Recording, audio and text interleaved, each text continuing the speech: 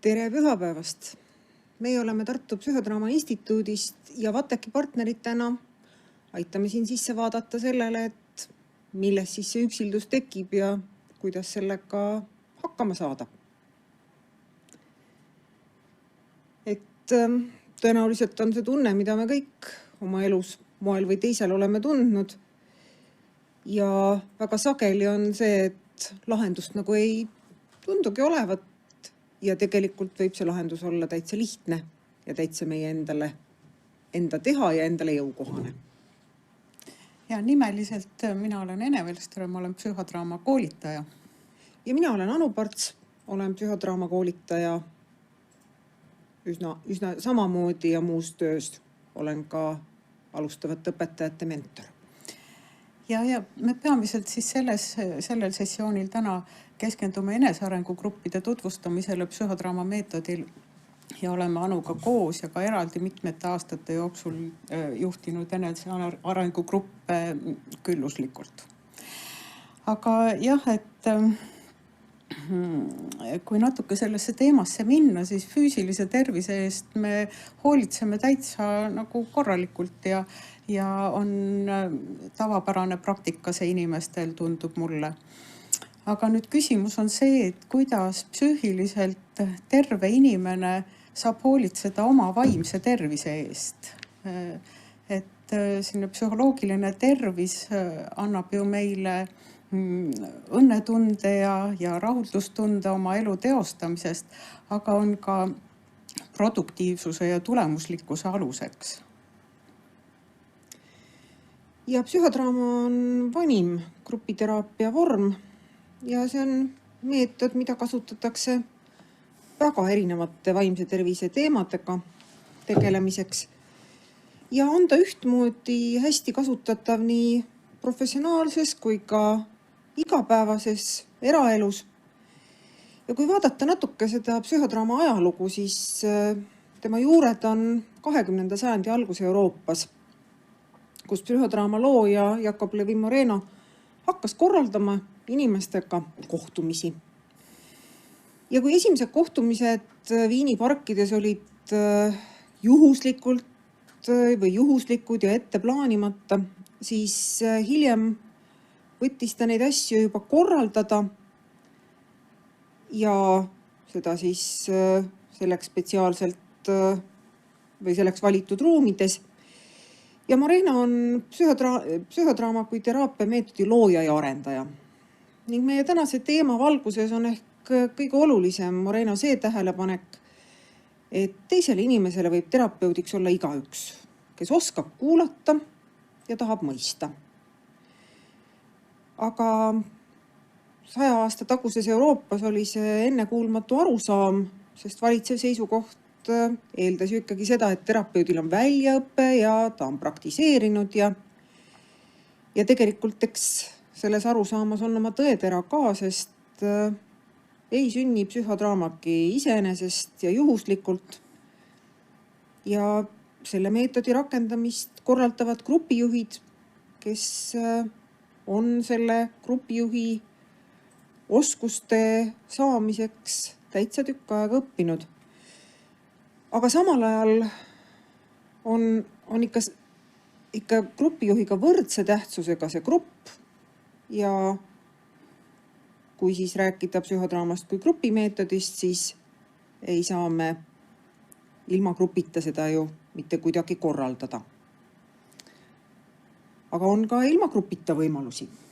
Ja, et psühhodraama on tegevuslik meetod ja et me nüüd oleme juba natuke aega rääkinud, aga ega psühhodraamas liiga palju siis ei räägitagi, vaid et rohkem ikka hakatakse tegutsema. Ja et täna me mõtlesime ka Anuga, et me tutvustame ühte harjutust, ühte meetodit ja kui sa seda juhuslikult tahad kodus kaasa teha või töö juures, siis võtta lihtsalt 2 tooli, nagu meil siin on. Aga harjutuse nimi on tühi tool ja sellepärast mina siis nüüd tõusen püsti, et 1 tool tühjaks teha. Ja Anu, et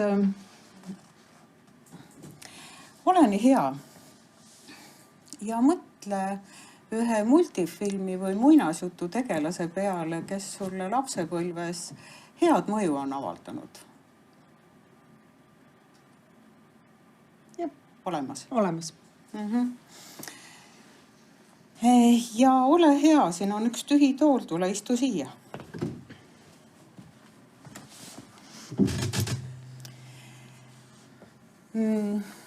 Ma nüüd liigun ikka natukene teise mikrofoni juurde ja loodan, et see jääb, kostab. Ja. Et kes sa oled, Anu? Mina olen Pipi. Pipi. Ole hea, tutvusta ennast natukene. Milline Pipi sina oled? Ma olen ikka üks selline ettevõtlik ja tegus tüdruk. Ma elan üksinda. Või see ongi ju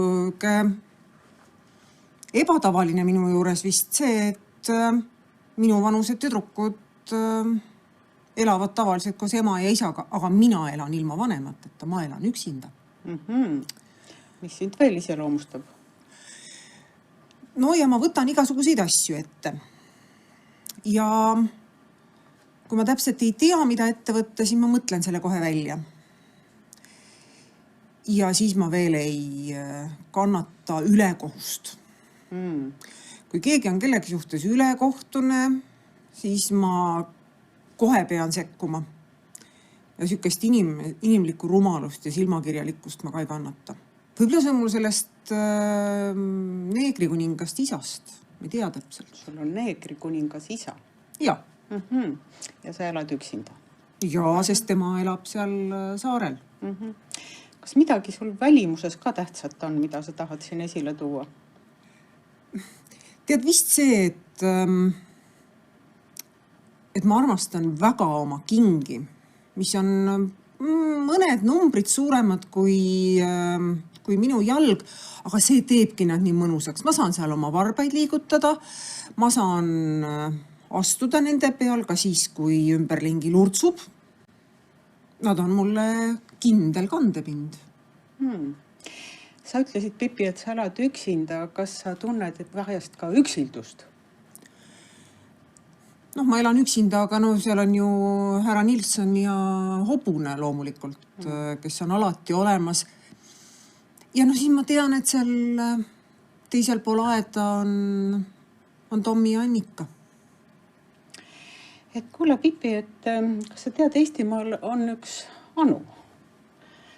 Ja et tema on valinud sinu üheks inimeseks, et kes on temale eluteel head mõju avaldanud. Oled sa sellest teadlik? Ei tea. Ei tea. Oled üllatunud? No jah, kus siis nüüd ma sinna Eestimaale nüüd oskan vaadata? Ei tea. Aga siin praegu teie kohtumine on. Aitäh sulle. Ja on tule istu siia. Ja siis kõnnin nüüd mikrofonide eest läbi. Anu, sa oled nüüd oma rollis. Sa kuulsid, mida Pipi rääkis. Mida sa tahad talle öelda või temalt küsida?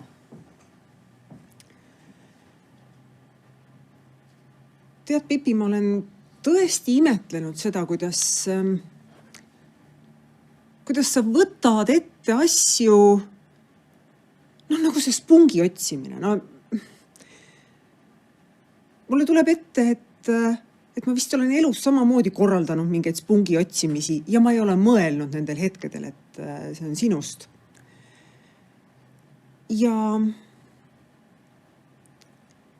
teine pool on ikka see, et kas on võimalik, et sa mitte kunagi ei tunne ennast oma majas üksinda. Sa kardad ka seal mõnikord? Teeme rolli vahetuse. Läheb Pipi rolli. Pipi, Anu esitas sulle ühe küsimuse. Tegelikult, tead, Anu, ma ei karda ikka mitte midagi, sest Sest see ju ei paista välja, et ma olen nii tugev, aga tegelikult ma olen tugev. Ma ei ole tugev mitte ainult see, et ma tõstan oma hobuse verandalt kööki, kui see mulle meeldib, või verandalt õue, kui ta mulle parasjagu ette jääb. Aga mul on sees ka tugevus. Mul on sees väga suur tugevus ja väga suur õrnus. Ja vaata neid kahte kombineerides ongi see, et ma jaksan elada ja oskan elada nii, et ma ei tunne ennast üksildasena ja nii, et ma ei karda. Et kombineerimine on see märksõna.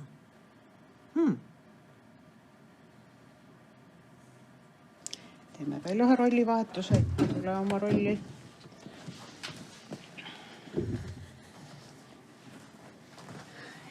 Sa kuulsid, mida Pipi ütles? Jaa, et... Kuidas see sulle tundub, see kombineerimise lugu?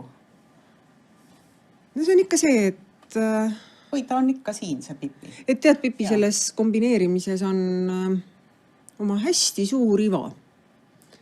Et me oleme kuskilt, ja mina olen ka, ma tean täpselt, et see on ilmselt pärit mu lapsepõlvest, sealt samast ajast, kus sinagi. Aga kuidagi ikka pidi olema kogu aeg tubli ja tugev ja kuidagi iseseisev ja hakkama saaja. Ja ma saan aru, et sa siin praegu ütled seda, et vahete vahel ei pea olema nii jubedalt tubli. Mul on seda väga hea kuulda.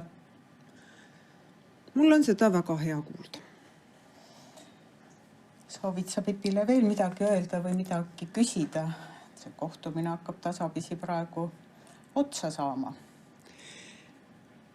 Et tead, Pipi, ma ikka praegu seni korraldan sinuga endale kokku saamisi.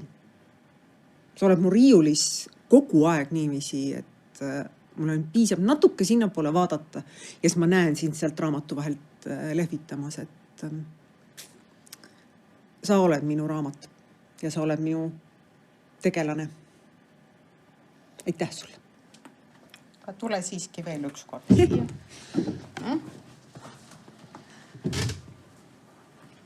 Anu ütles sulle Pipi sellist vägevat asja, et sa oled temaga ja lehvitad.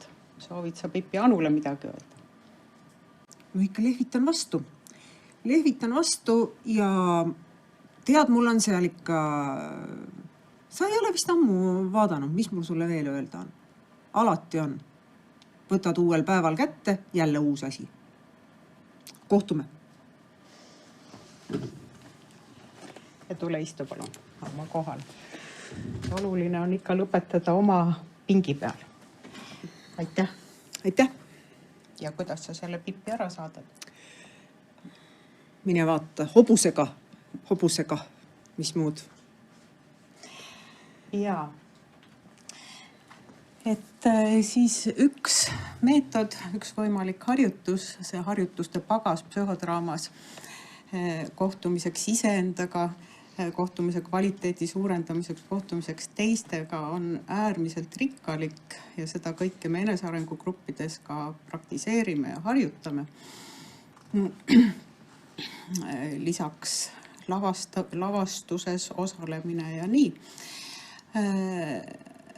Aga et psühhodraama sessiooni selline tavapärane ülesehitus on soojendus. Ei pea arvama, et kohe oled soe selliseks kohtumiseks, küll siis grupijuhid aitavad teemale häälestuda ja grupile häälestuda. Et on soojendus, siis on tegevus ja pärast on jagamine, mis on äärmiselt oluline, et inimesed, grupiliikmed saavad siis jagada oma elukogemusi, kuidas nemad käsitletud teemal on mõelnud, mida tundnud, kus õnnestunud, kus läbi kukkunud ja need on ka väga külluslikud ringid.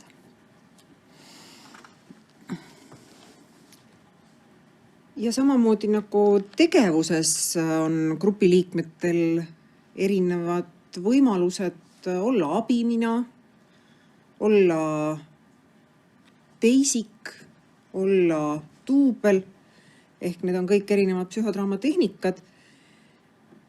Nii on ka jagamisring see, kust väga sageli võib siis teema arutelule või tegevusse toonud inimesel olla just nimelt see koosolemise kogemus, et ma ei ole ainus, kes on sellise või teistsuguse asjaga hädas, vaid inimesed lihtsalt ei räägi sellest väga sageli.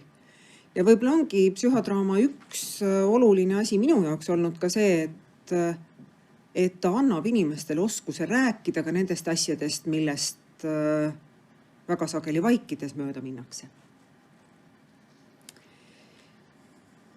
Ja keda nüüd psühhodraama kui meetod huvitama jäi, siis 14. oktoobril on selline psühhodraamat tutvustav üritus nagu Avatud lava, mis on siis 3-tunnine lühiformaat ja need töötoad on mõeldud tõesti kõigile huvilistele, et teha tutvust, võib-olla esimest tutvust, aga võib-olla ka värskendada tutvust sellise tegevuslike enesearenduse meetoditega. Ja see 14. oktoober on selline keskpunkt, et on avatud lavasid enne seda ja on ka pärast seda. Nii et kasuta võimalust. Ja tõesti erinevates kohtades Eestimaal, et Tartus mitmel pool, Tallinnas mitmel pool, ka nii eesti keeles kui vene keeles ja ka Paides, kui mu mälu praegu mind ei peta. Ja keda nüüd pikemaajaliselt jääb psühhodraama huvitama, siis pikemaajalist võimalust pakuvad enesearengugrupid. Ja sellel hooajal on enesearengugruppe Tallinnas, Tartus ja Paides ja nii eesti kui vene keeles. Jah, samuti. Ja neid on hästi erinevas ajalises formaadis. Et ikka me otsime parimat, et mis inimese jaoks oleks parim ja siis proovinud neid erinevaid pikkusi ja et kindlasti on nad siis vähemalt 5-kuised kohtumised üks kord kuus, aga on ka siis 7-kuiseid formaate, et kas siis 1 päev kuus, 1,5 päeva, on ka sellist 2,5 päevast, et jah, olenevad grupijuhtide paaridest, kes enesearengugruppe juhivad, on nemad siis otsustanud selle formaadi ja kõikide nendega saab siis tutvuda ka meie kodulehel www.psühhodraama.ee, psühhodraama on Y-ga. Ja ega siin pikka pidu ei ole selles mõttes, et esimesena alustamegi ju meie sinuga 5. ja 6. novembril Tallinnas. Ja siis sealt riburada neid tuleb. Tavaliselt ongi enesearengugrupid toimumas nõnda, et alustatakse reede õhtul sellise 3-tunnise kokkusaamisega ja tullakse järgmisel hommikul siis selliseks pikemaks päevaks kokku ja tegevuslike meetoditega. See ei ole see, et ma tulen ja räägin. Ma tulen ja teen. Tegutsen jah, sest meie kehamälus on veel rohkem ju mälestusi ja kogemusi, et mis alati ei ole täitsa sedasi ratsionaalselt mõistusega mõeldes kätte saadavad. Jah, et nii nagu ennegi ütlesin, et me tegeleme seal väga paljude selliste loovust ja spontaansust käivitavate harjutustega, loome sellise hea ja turvalise kasvu- ja arengukeskkonna ja tegeleme kindlasti ka rolliselgusega, sest meil on niivõrd palju rolle siin kiires elus ja maailmas oma elus ja see küsimus ikka, et kuidas ma oma eraelu ja tööelu rolle paremini üksteise kõrvale saan sättida nii, et ma pidevalt ennast süüdi ei tunne nende asjade pärast, mida ma siis teha ei jaksa või nendes rollides olla, kus ma ei jaksa. Et siis rolliteadlikkusega ja siis kindlasti ka lavastusega, et kus siis grupp grupp on ühe inimese teenistuses. Abiminadena ja lavastaja seda kõike juhib. Ja psühhodraama kindlasti ei ole see tegevuslik meetod, mille puhul on esmatähtis see, et sa oled lapsena käinud näiteringis või sellel ei ole näitlemisega küll mitte midagi pistmist. See on lihtsalt see, et sa oled, sa kuulad ja sa tahad iseendaga paremaks sõbraks saada.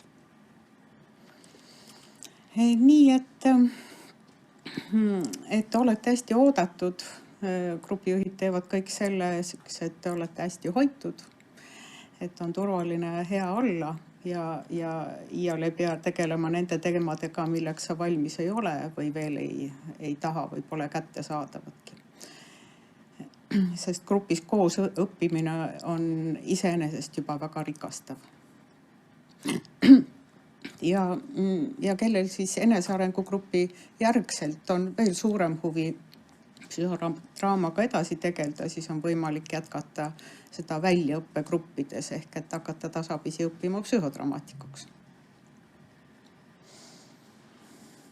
Ja eks need kaks teekonda kuidagi niiviisi teineteise kõrval ju käivadki, sest mis see psühhodramatikuks olemine muud on, kui see, et sa paned iseendast tähele, mis on need teemad, kus sa veel ei saa teisi juhatada, siis on tarvis need enne enda jaoks läbi töötada nii, et see sinu enda pilt ja sinu enda probleemid ei tule sinna lavale kaasa, vaid et sa oled seal tõesti lavastajana selle loo omaniku ehk protagonisti teenistuses ja temaga koos talle parimat lahendust otsimas.